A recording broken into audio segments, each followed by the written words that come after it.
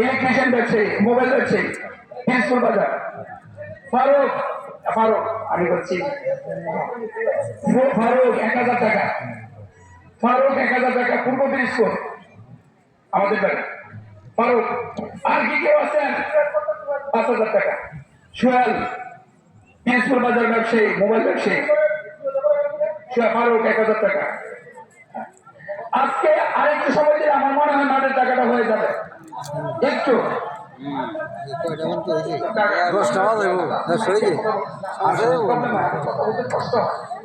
টাকা তো দরকার আছে। একটু ভাই, ছোট ভাই বলো, ছোট ভাই কি বলতে চাই সেটা বলো। আর কি কেউ আছেন? আমি চাচ্ছি আজকের পরে আমি মাঠের টাকাটা না চাই। কমপক্ষে জায়গা জমি কেনার টাকার জন্য আগামী ঈদে আমরা মাঠ নিয়ে দাঁড়াবো না।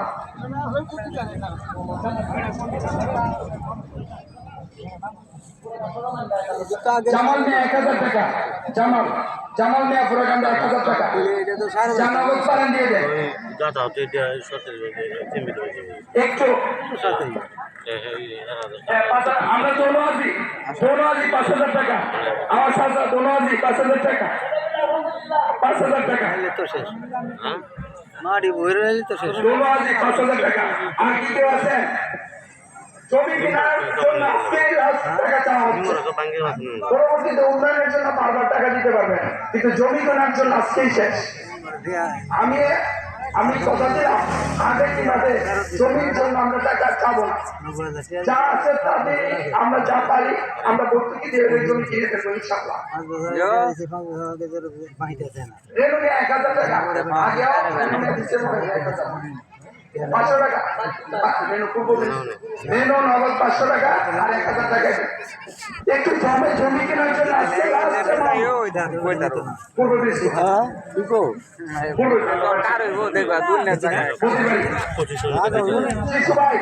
শিশু ভাই ছেলে বিদেশ টাকা আমার জন্য 2000 টাকা। শিশু ভাই 2000 টাকা। একটু সবার পায়ের নিচে হাত থেকে ক্ষমা চাচ্ছি। আমি সময়টা সারা রাতে আমরা সারাদিন নামাজ করতাম, যেহেতু আমার মধ্যে কথাটা বের হয়ে গেছে যে আজকে জমি কেনার জন্য আর কখনো টাকা চাবো না। এই শিশু ভাই এই জন্য আজকে একটু আপনাদের কষ্ট দিচ্ছি, দয়া করে আপনারা। আর আমার কথা বলতে খুবই কষ্ট হচ্ছে, কারণ আমি অসুস্থ, আমার গলাটা ভেঙে গেছে, আমি কথা বলতে